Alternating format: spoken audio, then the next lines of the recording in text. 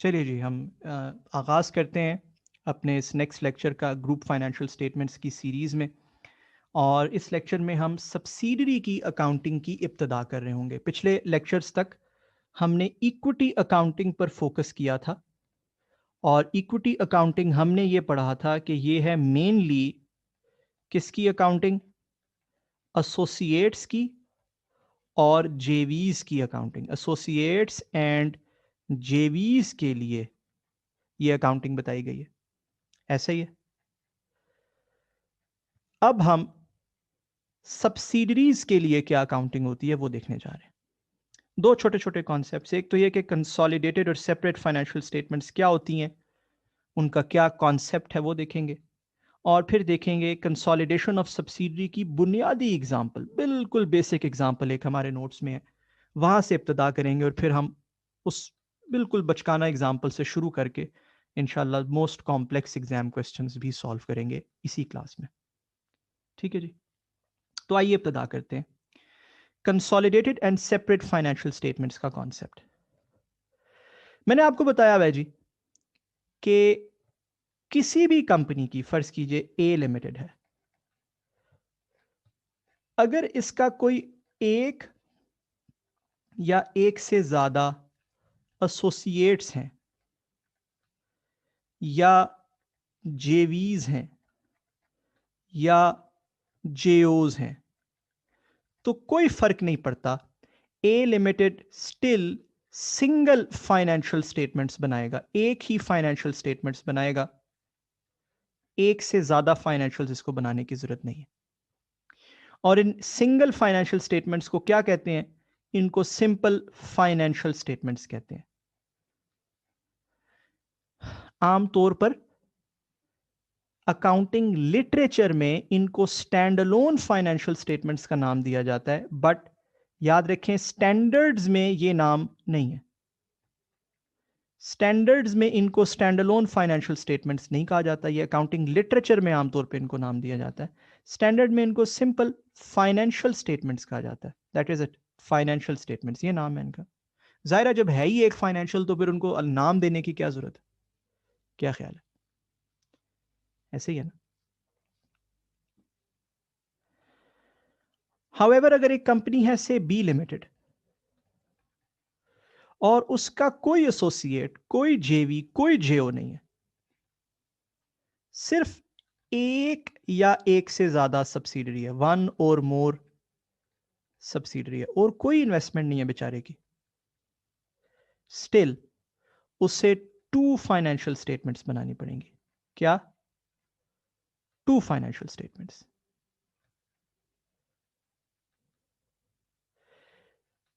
एक financial statement को वो पुकारेगा और स्टैंडर्ड पुकारते हैं सेपरेट फाइनेंशियल स्टेटमेंट्स, और दूसरे फाइनेंशियल स्टेटमेंट्स को कहा जाता है कंसोलिडेटेड फाइनेंशियल स्टेटमेंट्स, राइट।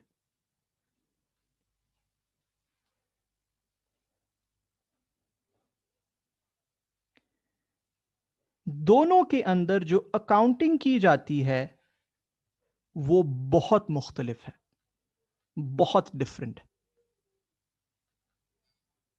कैसे डिफरेंट है? गौर से सुनिएगा। फर्ज कीजिए इस बी लिमिटेड को थोड़ा सा कॉम्प्लेक्स करते हैं हम, थोड़ा सा कॉम्प्लेक्स बनाते हैं। इस बी लिमिटेड के पास फर्ज कर लीजिए दो सब्सिडरीज हैं, दो सब्सिडरीज हैं प्लस तीन एसोसिएट्स हैं, दो जेवीज हैं और दो जेओज हैं। ठीक है ना। काफी भारी भरकम इसने इधर उधर इन्वेस्टमेंट्स कर रखी हैं, और हर नेचर की इन्वेस्टमेंट्स। ठीक, कॉम्प्लेक्स कर दिया मैंने। अब इन तमाम इन्वेस्टमेंट्स की सेपरेट फाइनेंशियल स्टेटमेंट्स में क्या अकाउंटिंग होगी? स्टैंडर्ड कहता है सेपरेट फाइनेंशियल स्टेटमेंट्स में इन तमाम इन्वेस्टमेंट्स की अकाउंटिंग के लिए आपके पास तीन चॉइसेस हैं, थ्री चॉइसेस।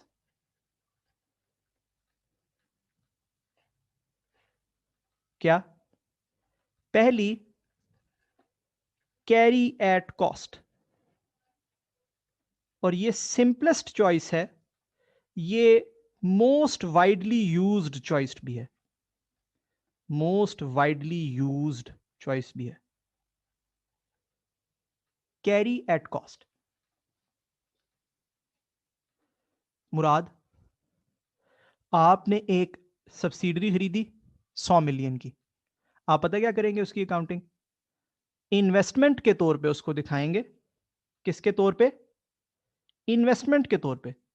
और वो इन्वेस्टमेंट हमेशा कैसे कैरी होती रहेगी? कॉस्ट पे। लो जी, कहानी खत्म, मुबारक हो। बाद में इसके साथ सिर्फ एक काम हो सकता है, क्या? इंपेयरमेंट। Impair under IS 36। आपसे कहा था ना, सर्टन इन्वेस्टमेंट्स IS 36 के स्कोप में फॉल करती हैं, राइट? इन्वेस्टमेंट इन सब्सिडरी, एसोसिएट, जॉइंट वेंचर या जेओ, ठीक है ना? जेओ तो खैर नहीं, वो भी बताता हूं मैं जेओ के साथ क्या होता है। एसोसिएट, सब्सिडरी या जॉइंट वेंचर, ये IS 36 के तहत फॉल करती है फॉर इम्पेयरमेंट। ये पहली चॉइस है आपके पास, कैरी एट कॉस्ट। फिर दूसरी choice, carry under IFRS 9,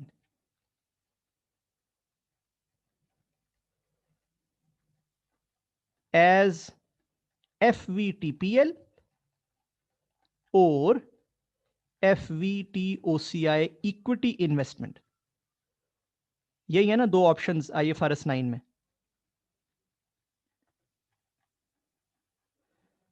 standard कहता है चाहे आप इसे FVTPL बना लो, चाहे आप FVTOCI इक्विटी इन्वेस्टमेंट बना लो, कोई मसला नहीं।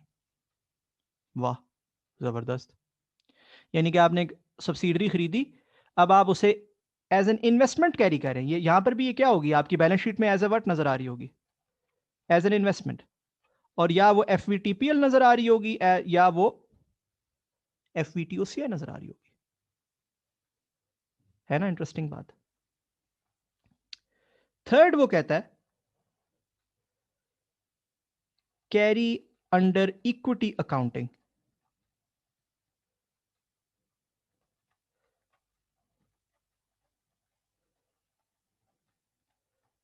IS 28, या as explained under, as prescribed under कह देते हैं IS 28। जैसे कि IS 28 इक्विटी अकाउंटिंग बताता है, उस तरह उस इन्वेस्टमेंट को आप इक्विटी अकाउंट कर लें।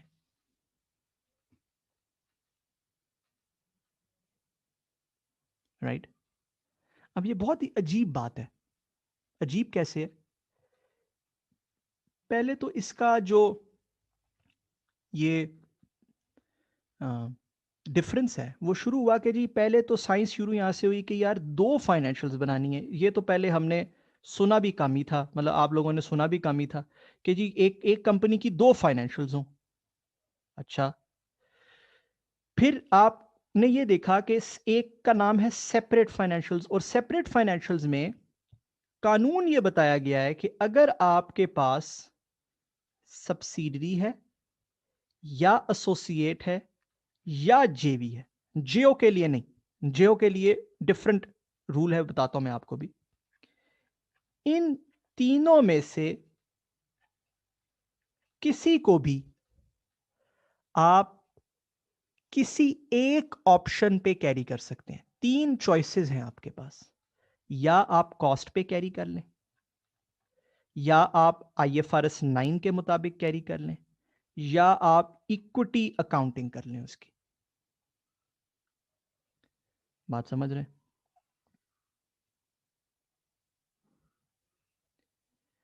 और ये जो चॉइस है, स्टैंडर्ड कहता है ये कंपनी की खुली मर्जी है, अपनी मर्जी है। बाय नेचर ऑफ इन्वेस्टमेंट वो इस मर्जी को एक्सरसाइज कर सकता है। By nature of investment. अच्छा, इस बाय नेचर ऑफ इन्वेस्टमेंट का मतलब क्या लिया जाता है अकाउंटिंग सर्कल्स में, इस लफ्ज का जो स्टैंडर्ड ने लिखा है? अकाउंटिंग सर्कल्स में इसका यह मतलब लिया जाता है कि मेरे जितने सब्सिडरीज हैं, फर्ज कीजिए मैं उन सब के सब को डिसाइड करूं, मैं कॉस्ट पे कैरी करूंगा। ये मेरी मर्जी है, मैं बाकी दो पे भी कर सकता था, इट्स टोटली माय कॉल। मेरे जितने एसोसिएट्स हैं मैं उनको डिसाइड करूं, मैं IFRS 9 में कैरी करूंगा। और मेरे जितने जेवीज हैं मैं उनको डिसाइड करूं, मैं इक्विटी अकाउंट करूंगा। It is totally my call. बात समझ आ रही है? बाय नेचर ऑफ इन्वेस्टमेंट का क्या मतलब है?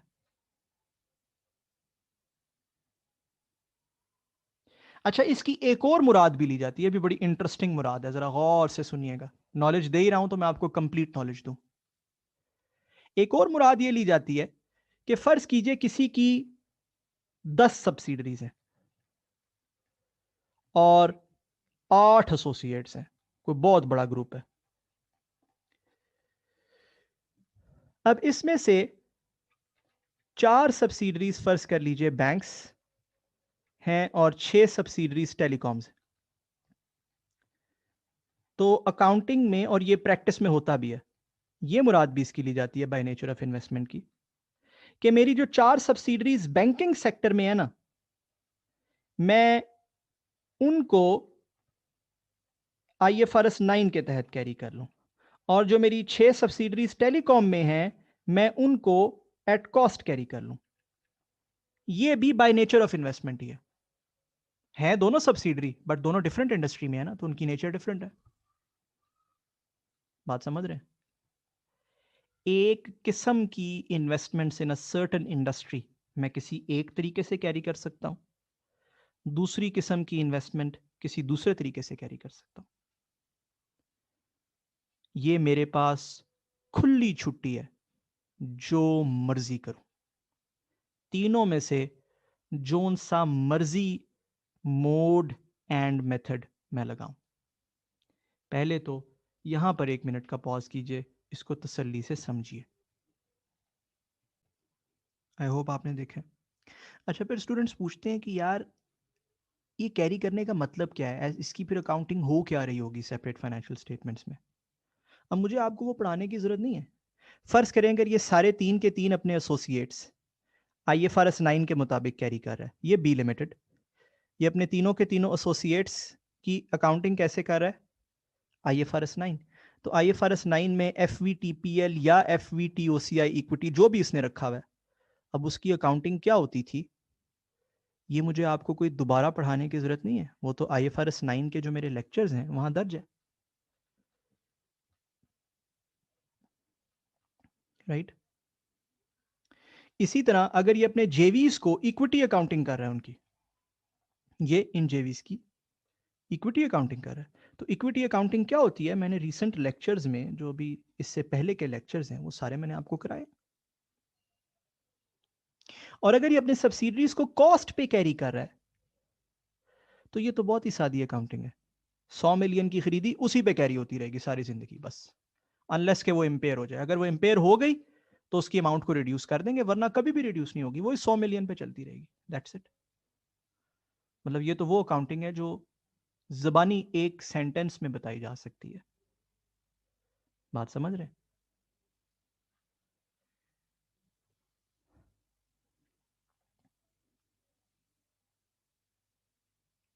सो सब्सिडरीज, एसोसिएट्स एंड जेवीज के लिए सेपरेट फाइनेंशियल स्टेटमेंट्स में 3 ऑप्शंस। ये बात हमें क्लियर हो जानी चाहिए। उन 3 ऑप्शंस की अकाउंटिंग बहुत ही आसान है।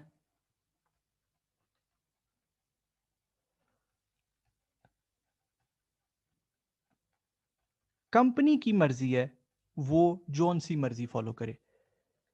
याद रखिए, इंडस्ट्री में यानी कि प्रैक्टिस में और एग्जाम में जनरली ज्यादातर आपको जो अकाउंटिंग मिलती है वो मिलती है एट कॉस्ट वाली, क्योंकि ये सबसे सिंपल अकाउंटिंग है ना। इक्विटी अकाउंटिंग भी आपने देख ली है, थोड़ी सी मुश्किल है। IFRS 9 की अकाउंटिंग भी अगर आप मेरे IFRS 9 के लेक्चर्स ले चुके हो तो आपने देख ली है, मुश्किल है। ठीक है, तो ये तो हो गया सब्सिडरीज, एसोसिएट्स या जेवीज के लिए ये अकाउंटिंग की जाती है। What about जेओस? जेओस के लिए क्या किया जाता है इन सेपरेट फाइनेंशियल स्टेटमेंट्स? जेओस के लिए किया जाता है प्रोपोर्शनेट कंसोलिडेशन की अकाउंटिंग। Proportionate consolidation accounting. अब ये प्रोपोर्शनेट कंसोलिडेशन अकाउंटिंग क्या है? This is something that we will learn in the future. In a future lecture हम देखेंगे ये क्या होती है, अभी नहीं देख सकते। ठीक है, तो अगर सेपरेट फाइनेंशियल स्टेटमेंट्स में आपके पास कोई जेओ है तो आप उसकी क्या अकाउंटिंग करेंगे? अभी के लिए सिर्फ नाम का रट्टा मार लें, प्रोपोर्शनेट कंसोलिडेशन की अकाउंटिंग। ये क्या होती है इंशाल्लाह फ्यूचर में देखेंगे। अब हम बात करते हैं कि यार इस बी लिमिटेड ने कंसोलिडेटेड फाइनेंशियल स्टेटमेंट्स भी तो बनानी है। इस बी लिमिटेड ने सेपरेट तो खाली नहीं बनानी ना, कंसोलिडेटेड भी तो बनानी है। कंसोलिडेटेड फाइनेंशियल स्टेटमेंट्स में ये क्या अकाउंटिंग करेगा? क्या वहां पर भी यही अकाउंटिंग करेगा? इसकी 2 सब्सिडरीज हैं, 3 एसोसिएट्स हैं, 2 जेवीज हैं, 2 जेओज हैं, वहां क्या करेगा? स्टैंडर्ड्स कहते हैं बिल्कुल मुख्तलिफ अकाउंटिंग, बिल्कुल मुख्तलिफ अकाउंटिंग। कंसोलिडेटेड फाइनेंशियल स्टेटमेंट्स में ये अकाउंटिंग की जाएगी। सब्सिडरी के लिए जो अकाउंटिंग अप्लाई की जाएगी उसे बोलते हैं कंसोलिडेशन। और कंसोलिडेशन की जो अकाउंटिंग है, IFRS 10 है वो स्टैंडर्ड जो बताता है कैसे करनी है। 10+3, ठीक, IFRS 3 और IFRS 10। एसोसिएट्स और जेवीज के लिए, एसोसिएट्स और जेवीज के लिए क्या अकाउंटिंग अप्लाई करेंगे जी? एसोसिएट्स और जेवीज के लिए पढ़ चुके हम उस अकाउंटिंग को, उसका नाम हम पढ़ चुके, राइट। अप्लाई करेंगे इक्विटी अकाउंटिंग। और इक्विटी अकाउंटिंग कौन सा स्टैंडर्ड बताता है ये भी हम पढ़ चुके, IS 28। और जेओ के लिए, अगर हमारा कोई जेओ है, हम अप्लाई करेंगे प्रोपोर्शनेट कंसोलिडेशन। और ये बताता है IFRS 11,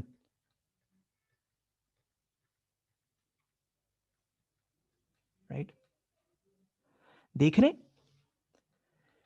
एसोसिएट्स और सब्सिडरीज की अकाउंटिंग में कितना जमीन और आसमान का फर्क है दोनों फाइनेंशियल स्टेटमेंट्स में। ना सिर्फ ये कि फर्क है, बल्कि याद रखिए कि सेपरेट फाइनेंशियल स्टेटमेंट्स का स्टैंडर्ड भी बिल्कुल फर्क है। सेपरेट फाइनेंशियल स्टेटमेंट्स का स्टैंडर्ड है IS 27। सेपरेट फाइनेंशियल स्टेटमेंट्स बनाई जाती हैं IS 27 की गाइडेंस के मुताबिक। और ये जो 3 की चॉइस है ना, ये वाली चॉइस, ये एक्चुअली IS 27 में ही लिखी हुई है। ये 3 की चॉइस, ठीक है। इसका मतलब क्या हुआ? इसका मतलब ये हुआ कि सेपरेट फाइनेंशियल स्टेटमेंट्स में एक बिल्कुल डिफरेंट अकाउंटिंग है। सब्सिडरीज, एसोसिएट्स और जेवीज के लिए खुली छुट्टी है। इनफैक्ट स्टैंडर्ड ने, अगर आप गौर करो तो, कंसिस्टेंसी का भी ख्याल नहीं किया। बात समझ रहे हो? कंसिस्टेंसी का ख्याल क्या मतलब?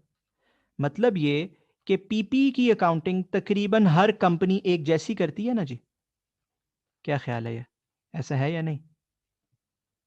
पीपी की अकाउंटिंग, इन्वेंट्री की अकाउंटिंग, इन चीज़ों की अकाउंटिंग तकरीबन हर कंपनी एक जैसी करती है। क्या ख्याल है, ऐसा है या नहीं? हाउएवर सेपरेट फाइनेंशियल स्टेटमेंट्स में कितनी बड़ी बड़ी डिविएशंस हो सकती हैं।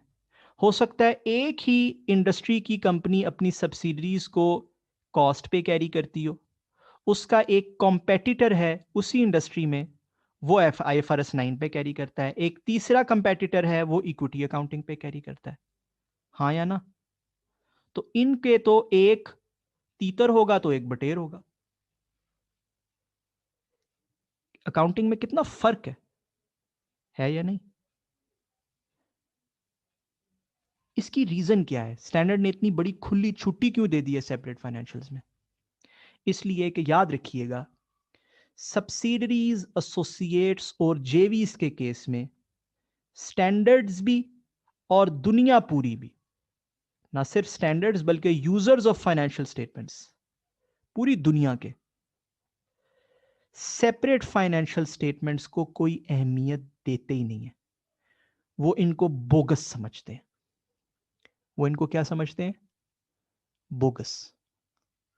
सब्सिडरीज, एसोसिएट्स और जेवीज को देखने के लिए दुनिया के तमाम यूजर्स कौन सी फाइनेंशियल स्टेटमेंट्स को रेफर करते हैं? कंसोलिडेटेड फाइनेंशियल स्टेटमेंट्स को। वो कहते हैं सेपरेट ना देखो, गोला मारो सेपरेट को।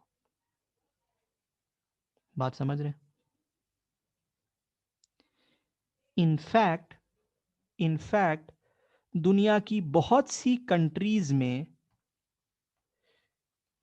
तो ऐसे भी है कि आप बस कंसोलिडेटेड फाइनेंशियल्स बना दो, सेपरेट बेशक छोड़ दो। सेपरेट की एग्जेम्पशन भी है दुनिया की कुछ कंट्रीज में। सम कंट्रीज में सेपरेट फाइनेंशियल्स की एग्जेम्पशन है, रहने दो, सेपरेट नहीं चाहिए। हाउएवर कुछ कंट्रीज में, अदर जो कंट्रीज हैं दुनिया की, उनमें सेपरेट भी बनती हैं। ठीक है ना? सम कंट्रीज में लॉ की रिक्वायरमेंट होती है कि आपने दोनों बनानी है, सेपरेट भी और कंसोलिडेटेड भी, दोनों बनानी है। क्या आपको मालूम है पाकिस्तान किन कंट्रीज में फॉल करता है? पाकिस्तान फॉल करता है इन कंट्रीज में जहां लॉ की रिक्वायरमेंट है कि आपने सेपरेट भी बनानी है और कंसोलिडेटेड भी बनानी है। हम थोड़े से पुराने जमाने के हैं अभी। दुनिया की और कंट्रीज बहुत सी ऐसी हैं जहां पर लॉ कहता है छोड़ो सेपरेट को, सेपरेट का क्या करना है। सेपरेट में तो सब्सिडरी, एसोसिएट और जेवीज की मैं अगर पंजाबी का लफ्ज इस्तेमाल करूं तो शुगल वाली अकाउंटिंग है। ठीक है? तो मजाक उड़ाया हुआ अकाउंटिंग का। राइट? आई होप ये बुनियादी बात आपको क्लियर हो गई है। एक मिनट पॉज करके जरा इसको अपने जहन में अच्छी तरह अंडरस्टैंड कीजिए।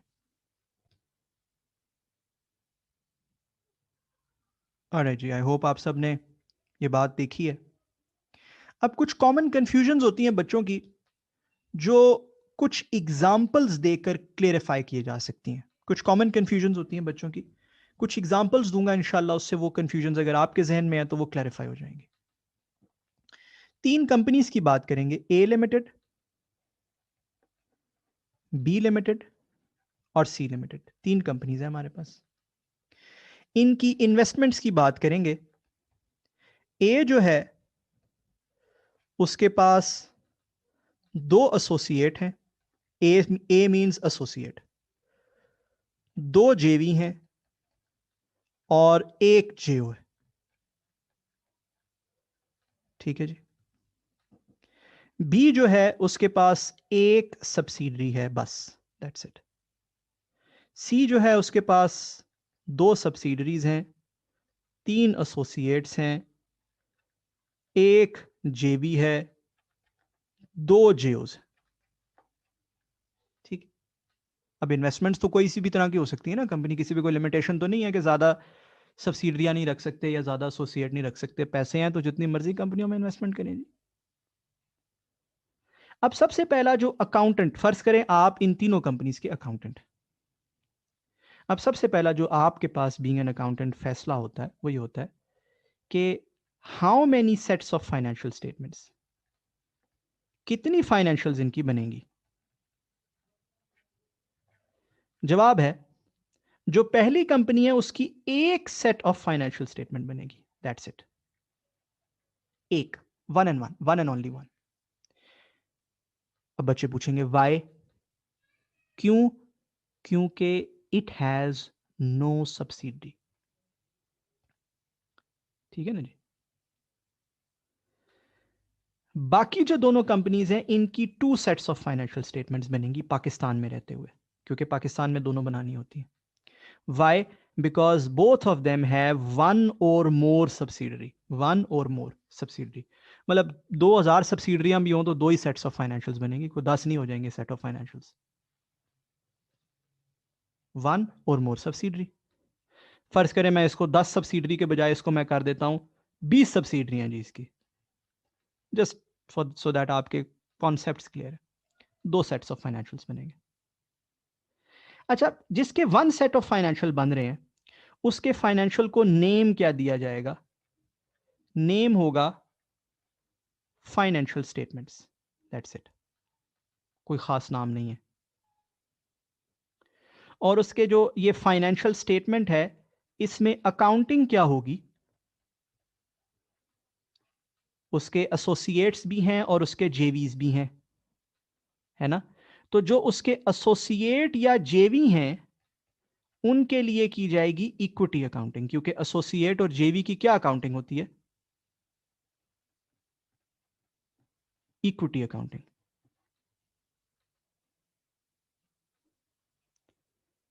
और जो उसका जेओ है उसके लिए क्या अकाउंटिंग होगी? Proportionate consolidation. अब ये क्या होती है ये आपको नहीं पता, पढ़ लेंगे हम। ठीक, okay fine.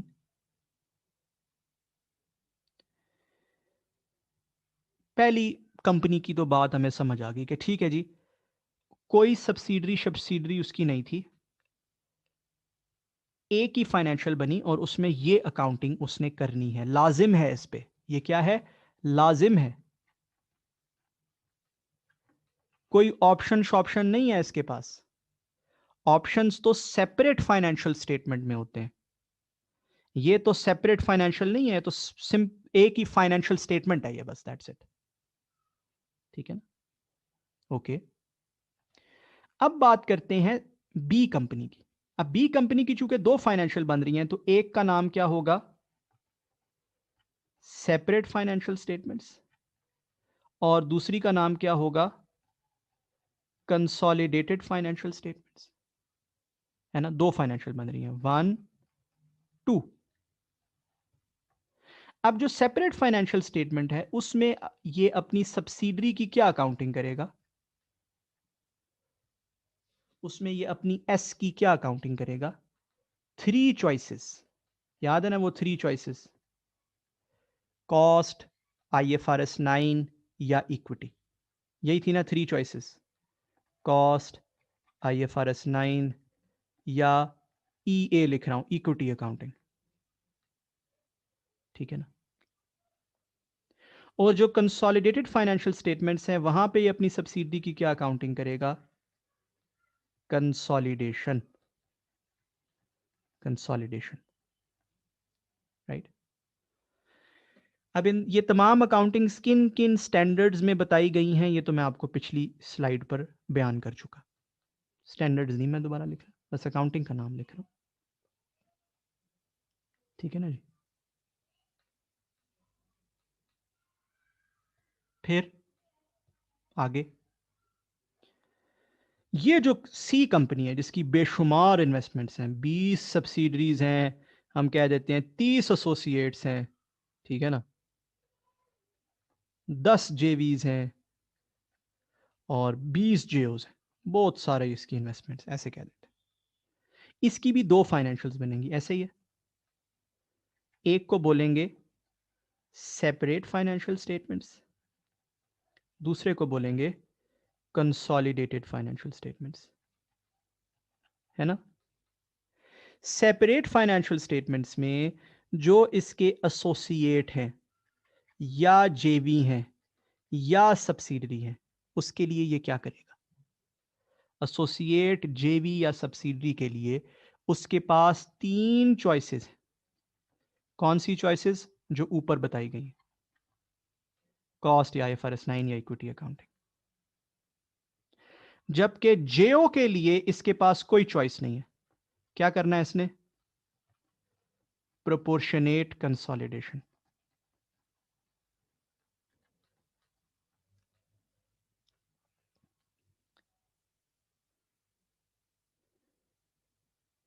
Consolidated financial statements में ये क्या करेगा?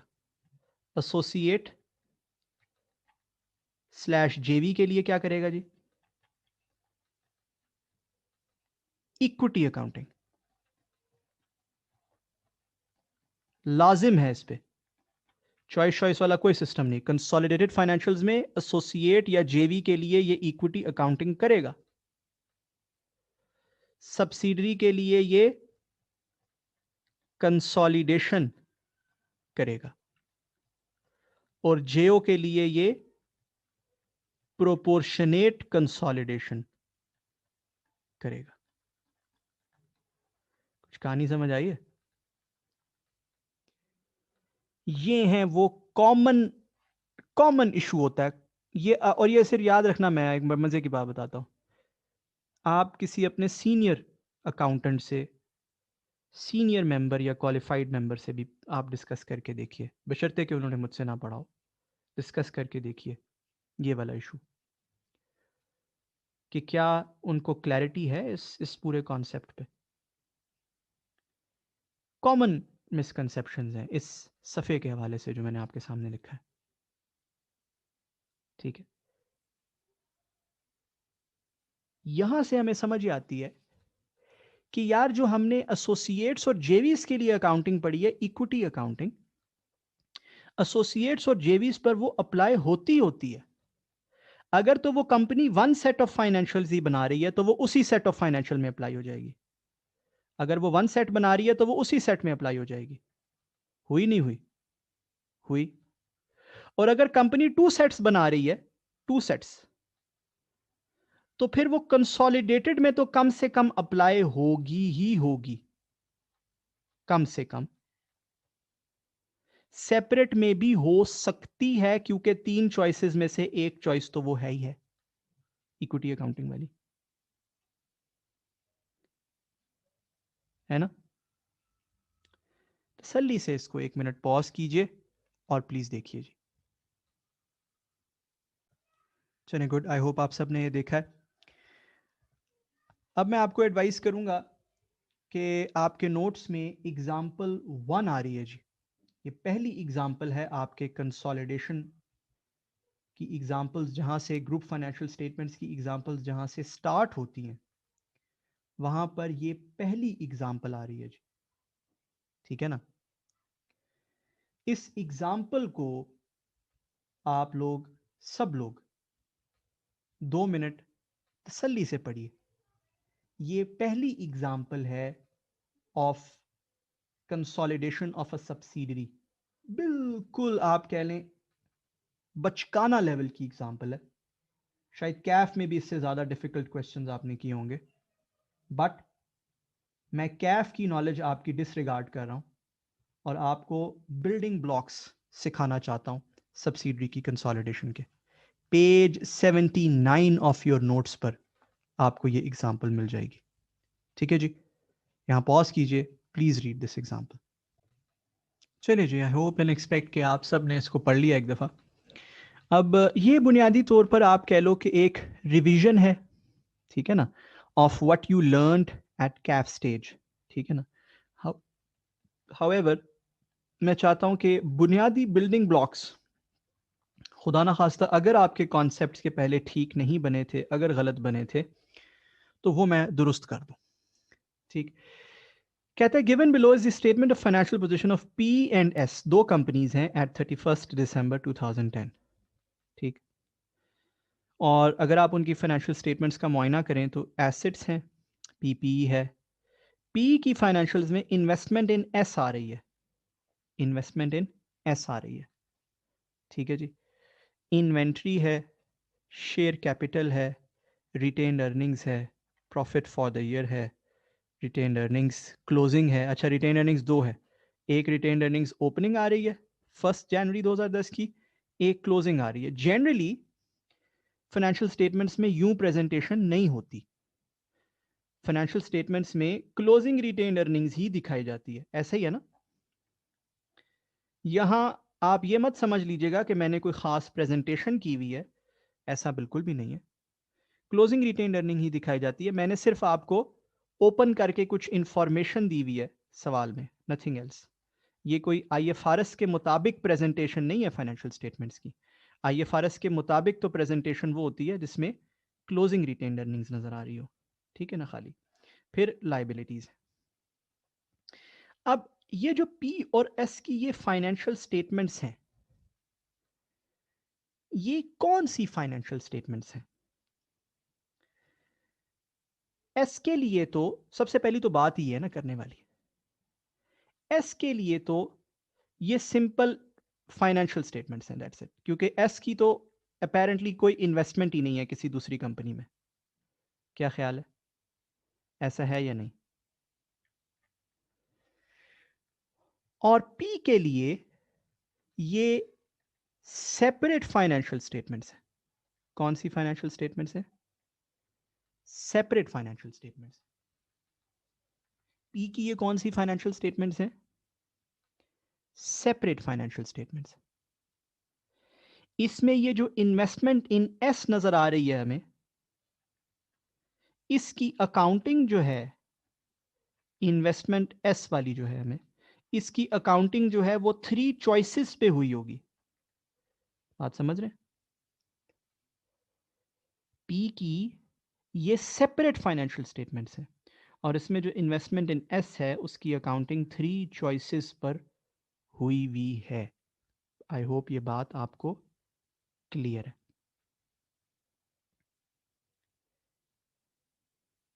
अब 3 चॉइसेस में से कौन सी चॉइस ली हुई है ये तो हम सवाल पढ़ेंगे तो हमें समझ आएगी, फिर हम लिख भी लेंगे साथ आगे। पहली बात। दूसरी बात आपको यह भी क्लियर होनी चाहिए, बहुत ही इंपॉर्टेंट पॉइंट है ये भी, सुन लीजिएगा गौर से, कि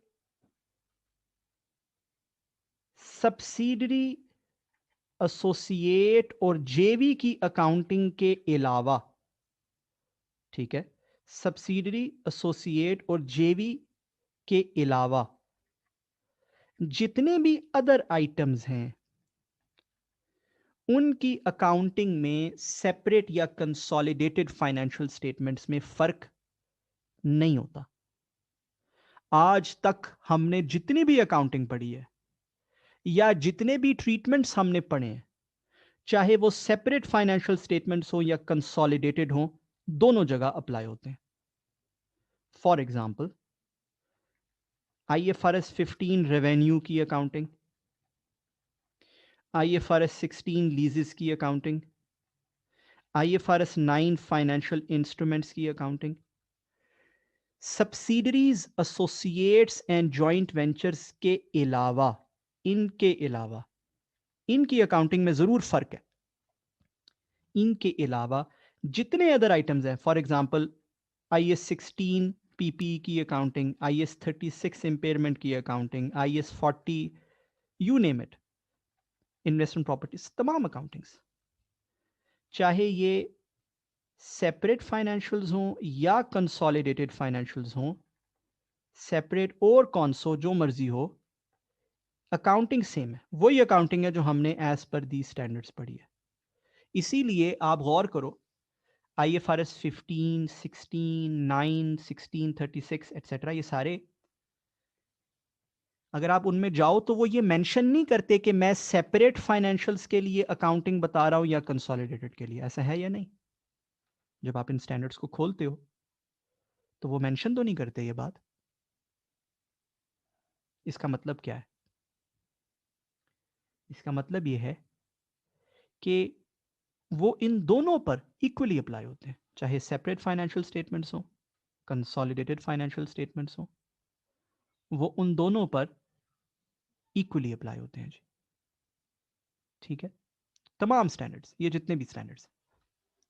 ठीक, ये भी एक बड़ी इंपॉर्टेंट पॉइंट है जो हमें क्लियर होना चाहिए कि हमने जितनी भी अकाउंटिंग आज तक पढ़ी है वो सेपरेट कंसोलिडेटेड हर एक के लिए, फर्क सिर्फ इन तीन की अकाउंटिंग में। ऑलराइट, आगे बढ़ते हैं। सो हमने देख लिया जी कि हमारे पास पी की भी अकाउंटिंग नजर आ गई, एस की भी अकाउंटिंग नजर आ गई। कहता है on 1 January 2010 P acquired 75% share capital of S at a cost of 800।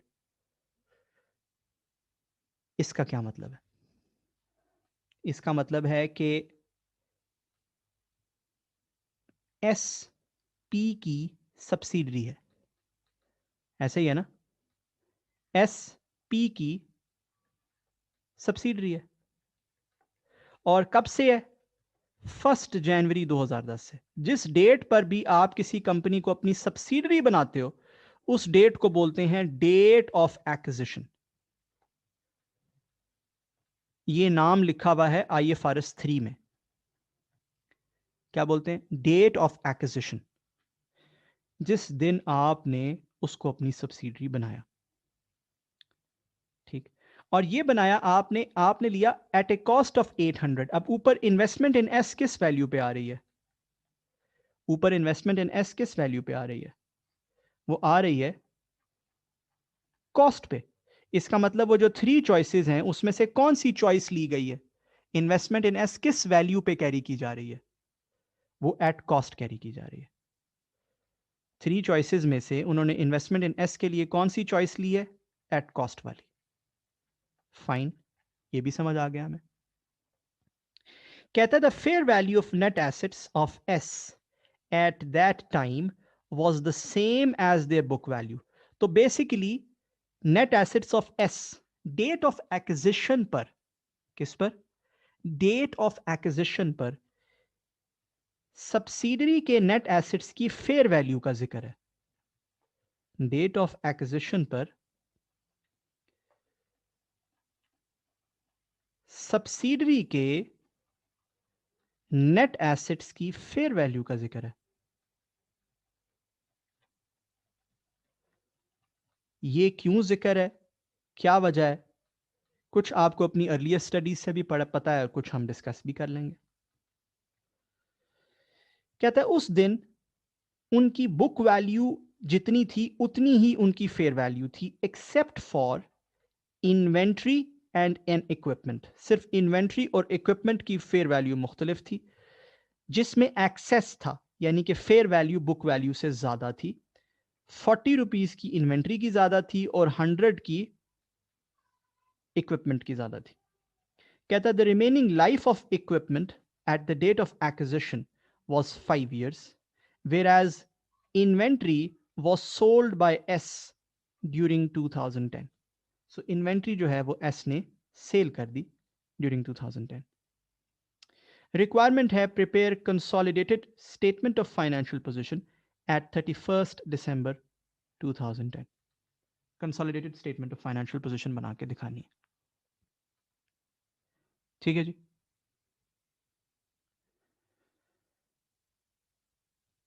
अब सबसे पहला प्रिंसिपल या सबसे पहला rule consolidated statement of financial position बनाने का क्या होता है?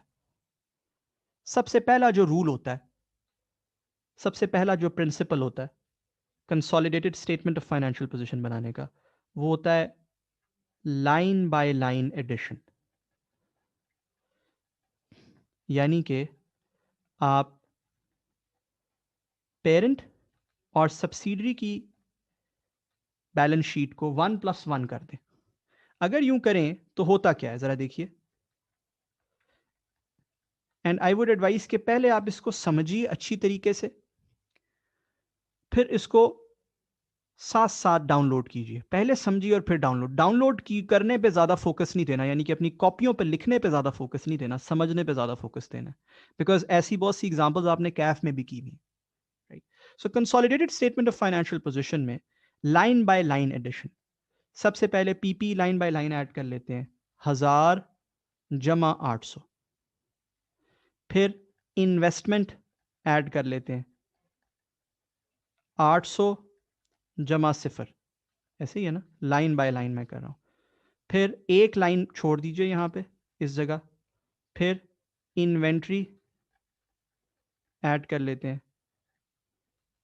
500 जमा 200। और यहां पर आपके एसेट्स का टोटल हो जाएगा, एसेट साइड का टोटल हो जाएगा। फिर लाइबिलिटी साइड पर शेयर कैपिटल ऐड कर लेते हैं लाइन बाय लाइन। क्या जी, 1000 जमा 300। फिर retained earnings line by line, 500, बल्कि 500 नहीं, क्लोजिंग रिटेन्ड अर्निंग में ऐड कर रहा हूं, 700 जमा 400। ठीक है ना। फिर 1 2 3 लाइंस छोड़ दीजिए, और फिर लाइबिलिटीज लाइन बाय लाइन, 600 जमा 300। तो पहला रूल होता है कंसोलिडेशन का कि आप लाइन बाय लाइन तमाम लाइन आइटम्स को ऐड कर लें। अगर आप सिर्फ ये करके ऐड करके दिखा देंगे तो एक्चुअली आपकी बैलेंस शीट टाई होगी। क्या ख्याल है? आपकी statement of financial position tie होगी ना, ऐसे ही है ना। और वो इसलिए टाई होगी क्योंकि दोनों बैलेंस शीट्स टाई हैं। चेक कर लें आप, 2300 1000 1000। तो यहां पे अगर आप फॉर एग्जांपल लिख के मिटा दूंगा मैं, अगर आप सम कर लेना इनको, तो ये 3300 आ जाएगा, तो मेरी बैलेंस शीट तो टाई हो जाएगी।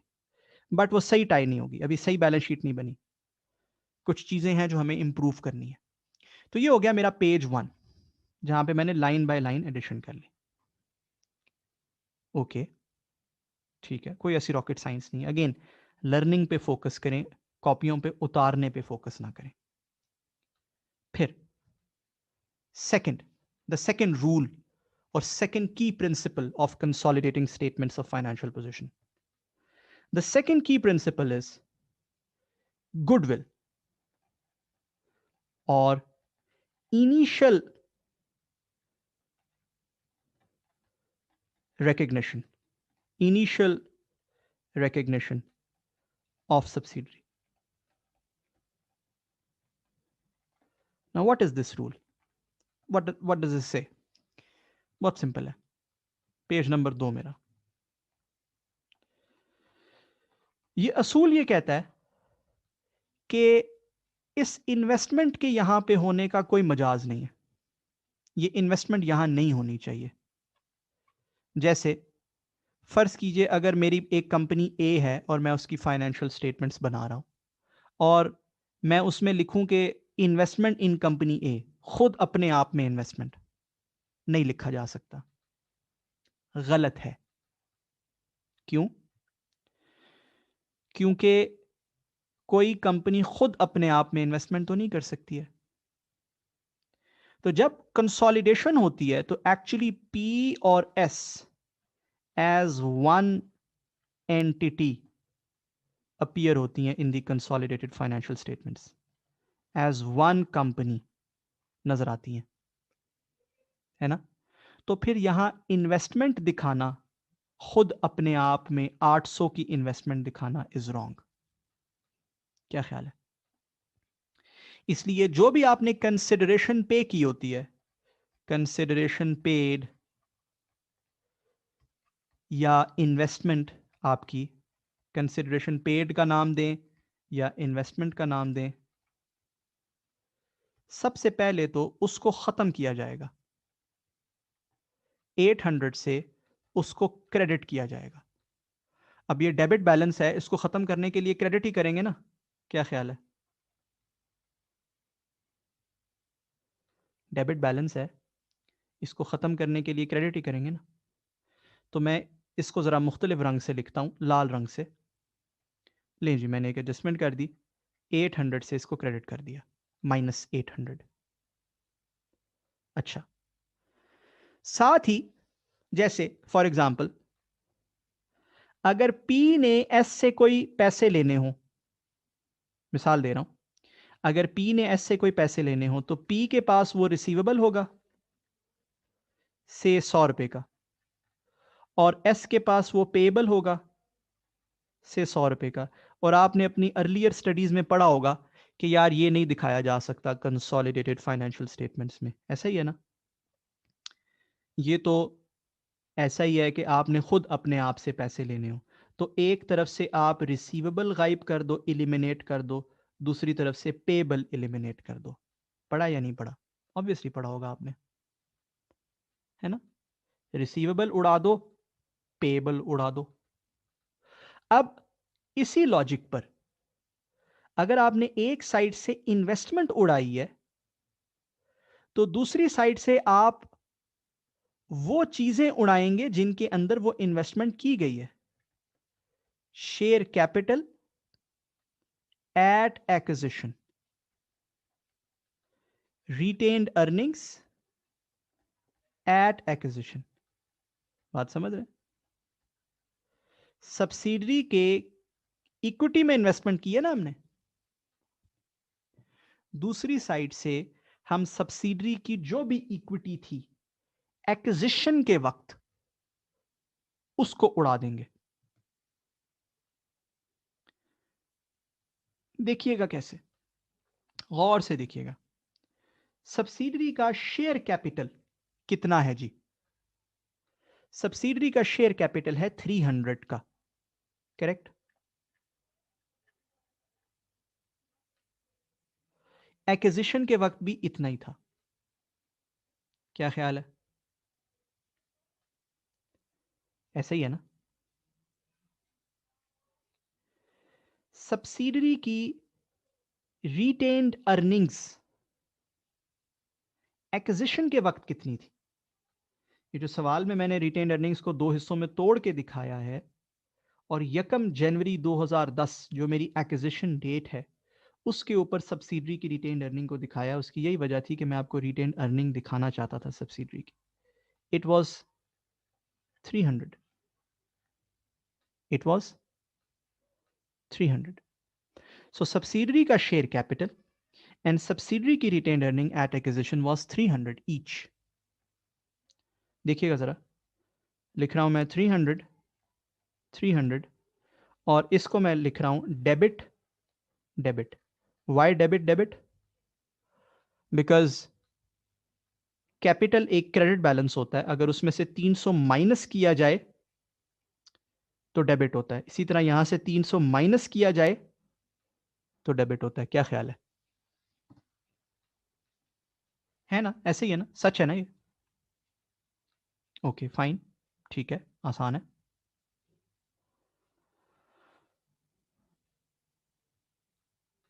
अब मसला ये बना है, गौर से मसले को देखिएगा। मसला ये बना है कि मैंने सब्सिडरी का 75% खरीदा है। मेरी इन्वेस्टमेंट कितने को डिनोट करती है? 75% को। जबकि मैंने शेयर कैपिटल और रिटेन्ड अर्निंग्स 100% डेबिट कर दी है। क्या ख्याल है? 100% क्या ये मैंने ठीक किया है? जवाब है नहीं, ये तो मैंने गलत कर दिया। आपने किसी कंपनी का 75% लिया तो आप उसका 100% कैसे उड़ा सकते थे उसके अगेंस्ट? यहां पर एक तीसरा कंसोलिडेशन का रूल, प्रिंसिपल सामने आ जाता है, जिसको बोलते हैं एग्जिस्टेंस ऑफ एनसीआई। एंड गौर से मेरी बात सुन लीजिएगा, उसके बाद इंशाल्लाह आप you'll smile, you'll enjoy this statement. ये एनसीआई पता है क्यों नॉन कंट्रोलिंग इंटरेस्ट? पता है क्या है और क्यों नजर आ रही है? बुनियादी मसला ये है, गौर से सुनिएगा, कि कंसोलिडेशन में हम अकाउंटेंट्स सब्सिडरी के तमाम एसेट्स और लाइबिलिटीज को अपने पास ऐड कर देते हैं, 100% को। करेक्ट? जबकि सब्सिडरी तो हमारी लीगली स्पीकिंग सिर्फ 75% है, बाकी 25% लोगों का हम हक मार तो नहीं सकते, खा तो नहीं सकते। लीगली स्पीकिंग तो ये सिर्फ 75% हमारी है। तो वाई, क्यों हमने पूरा पीपी, पूरी इन्वेंट्री, पूरी लाइबिलिटीज ऐड कर दी अपने पास? क्या गलत नहीं कर दिया? अकाउंटिंग स्टैंडर्ड्स कहते हैं कि यार लीगली स्पीकिंग तो आप बिल्कुल ठीक कह रहे हो, लीगली स्पीकिंग तो हमने गलत कर दिया। लीगली तो वाकई गलत कर दिया, क्योंकि बाकी 25% लोग अलग हैं भाई, उनका हक नहीं हम मार सकते, नहीं खा सकते। बट अकाउंटिंग के जुमरे में अगर हम बात करें, तो कोई भी एसेट जिसको आप कंट्रोल करते हैं, कोई भी एसेट जिसको, कोई भी रिसोर्स जिसको आप कंट्रोल करते हैं, वो आपका एसेट होता है। और चूंकि सब्सिडरी में मेजॉरिटी आपकी होती है और आप डिसीजन करते हैं उसके सारे, तो वो आपका एसेट है। जैसे हुकूमत में बेशक 55% मेजॉरिटी किसी के पास हो, सारी मिनिस्ट्रियां उसके मातहत होती हैं, सारे रिसोर्सेज उसके कंट्रोल में होते हैं, तो टेक्निकली वो हुकूमत के एसेट्स होते हैं। बेशक किसी पार्टी की 55% मेजॉरिटी है, ऐसा नहीं है कि बाकी 45% का हक खा गई, मार गई, नहीं, ऐसा नहीं है।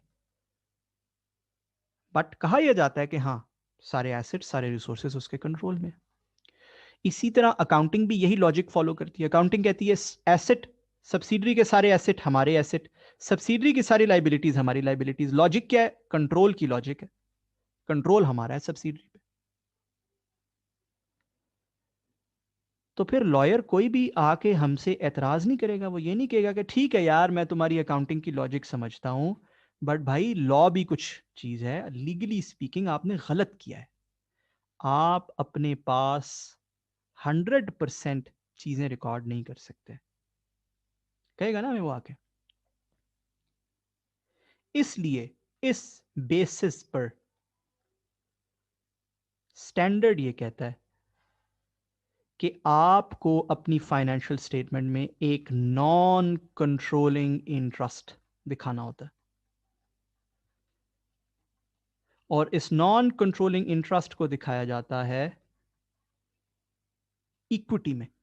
कहां दिखाया जाता है? कहां दिखाया जाता है? इक्विटी में। यहां पर ये जो 3 लाइनें आपको छुड़वाई थी उसमें से दरमियान वाली लाइन में, non controlling interests.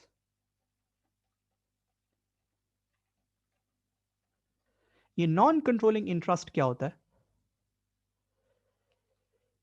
Basically equity, subsidiary की इक्विटी का, सब्सिडरी की इक्विटी का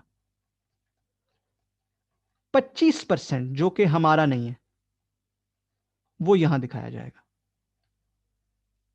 सब्सिडरी की इक्विटी का 25% जो कि हमारा नहीं है, वो यहां दिखाया जाएगा। पता है इससे फायदा क्या होगा? और ये इक्विटी का हिस्सा है बाय द वे, ये टोटल इक्विटी का हिस्सा है। This is total equity. ये इक्विटी है यहां पे, और ये लाइबिलिटीज है।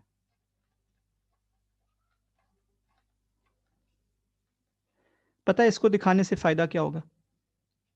इसको दिखाने से फायदा ये होगा कि हम एसेट्स और लाइबिलिटीज भी पूरे पूरे दिखा देंगे, अकाउंटिंग का रूल भी पूरा हो जाएगा।